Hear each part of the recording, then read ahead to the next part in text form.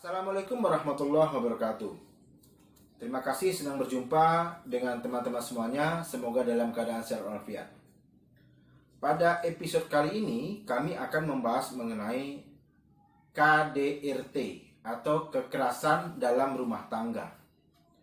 Kenapa kami bahas ini? Karena pertanyaan yang masuk kepada kami salah satunya adalah menanyakan, apa sih sebenarnya KDRT?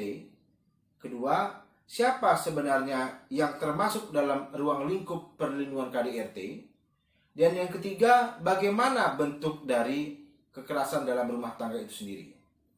Teman-teman semuanya, kami sudah merangkum jawaban atas pertanyaan tersebut dan kami akan mematuhi dari aturan yang ada. Kami tidak berani untuk menjelaskan tanpa melihat teks karena kami takut nanti penyampaiannya tidak sesuai dengan aturan hukum yang ada. Kita mulai dari pertanyaan yang pertama tadi.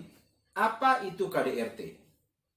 Jika kita lihat pada pasal 1 ayat 1 Undang-Undang nomor 23 tahun 2004 tentang PKDRT atau penghapusan kekerasan dalam rumah tangga, dapatlah kita baca, yaitu setiap perbuatan terhadap seseorang, terutama perempuan, ini istimewanya undang-undang ini, yang berakibat timbulnya kesengsaraan atau penderitaan secara fisik, seksual psikologis, dan atau penelantaran keluarga, termasuk ancaman untuk melakukan perbuatan, pemaksaan, atau perampasan kemerdekaan secara melawan hukum dalam lingkup rumah tangga.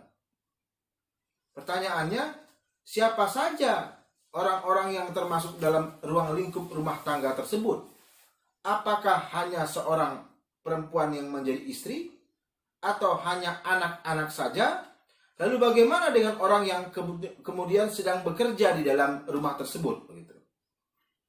Teman-teman semuanya, kalau kita lihat dalam Undang-Undang PKDRT, ada 3 penggolongan orang yang termasuk dalam lingkup rumah tangga. Yang pertama adalah suami, istri, dan anak, termasuk anak angkat dan anak tiri. Jadi anak angkat, anak tiri itu juga termasuk dalam lingkup rumah tangga. Yang kedua, orang-orang yang mempunyai hubungan orang-orang yang mempunyai hubungan keluarga dengan suami, istri, yang tinggal menetap dalam rumah tangga tersebut. Contohnya mertua, menantu, ipar, besan. Yang penting kata kuncinya adalah dia menetap dalam rumah tangga tersebut. Dan yang ketiga adalah orang yang bekerja membantu rumah tangga tersebut dan menetap tinggal dalam rumah tangga tersebut. Contohnya rekan-rekan pekerja rumah tangga. Jadi walaupun bukan memiliki pertalian perkawinan, pertalian darah, hubungan anak tiri atau anak angkat, tetapi dia jelas-jelas bekerja sekaligus juga menetap di dalam rumah tangga tersebut, maka mereka termasuk dalam kategori orang yang dilindungi dalam Undang-Undang Penghapusan Kekerasan dalam Rumah Tangga.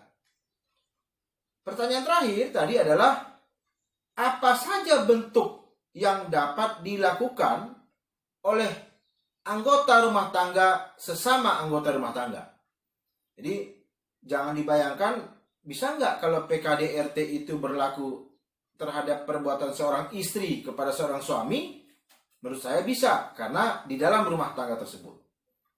Pertama adalah kekerasan fisik, yaitu kekerasan atau perbuatan yang menimbulkan rasa sakit, jatuh sakit, atau luka berat. Jadi ada perbuatan yang dilakukan oleh anggota rumah tangga terhadap anggota rumah tangga yang lainnya, menimbulkan rasa sakit, kemudian jatuh sakit, atau luka berat. Yang kedua adalah kekerasan psikis, yaitu mengakibatkan rasa ketakutan, hilangnya rasa percaya diri, hilangnya kemampuan untuk bertindak, dan timbulnya rasa tidak berdaya. Pelaku memang tidak melakukan kekerasan fisik, tetapi dia melakukan perbuatan-perbuatan yang menimbulkan rasa ketakutan, rasa tidak berdaya, rasa hilangnya percaya diri, hilangnya kemampuan untuk bertindak, dan beberapa wujud-wujud lain yang menimbulkan kondisi psikis yang tidak sehat. Yang ketiga adalah kekerasan seksual yang berupa pemaksaan seksual dengan cara tidak wajar, baik untuk suami maupun untuk orang lain, dengan tujuan komersial atau tujuan tertentu. Dan yang keempat adalah penelantaran rumah tangga yang terjadi di dalam lingkup rumah tangga tersebut, sementara menurut hukum, si pelaku adalah orang yang diwajibkan untuk bertanggung jawab terhadap keluarga tersebut. Contohnya adalah ketika umpamanya tidak menghidupi atau membiayai kebutuhan wajib yang ada di dalam keluarga tersebut, sementara si laki-laki tersebut atau si suami nyata-nyata bekerja, mempunyai kemampuan ekonomi, tetapi dia tidak melakukan apa yang diwajibkan oleh undang-undang terkait dengan kewajiban alimentasi. Demikian 3 hal yang bisa kami jawab terkait dengan penghapusan kekerasan dalam rumah tangga. Terima kasih. Assalamualaikum warahmatullahi wabarakatuh. Salam literasi hukum dari saya.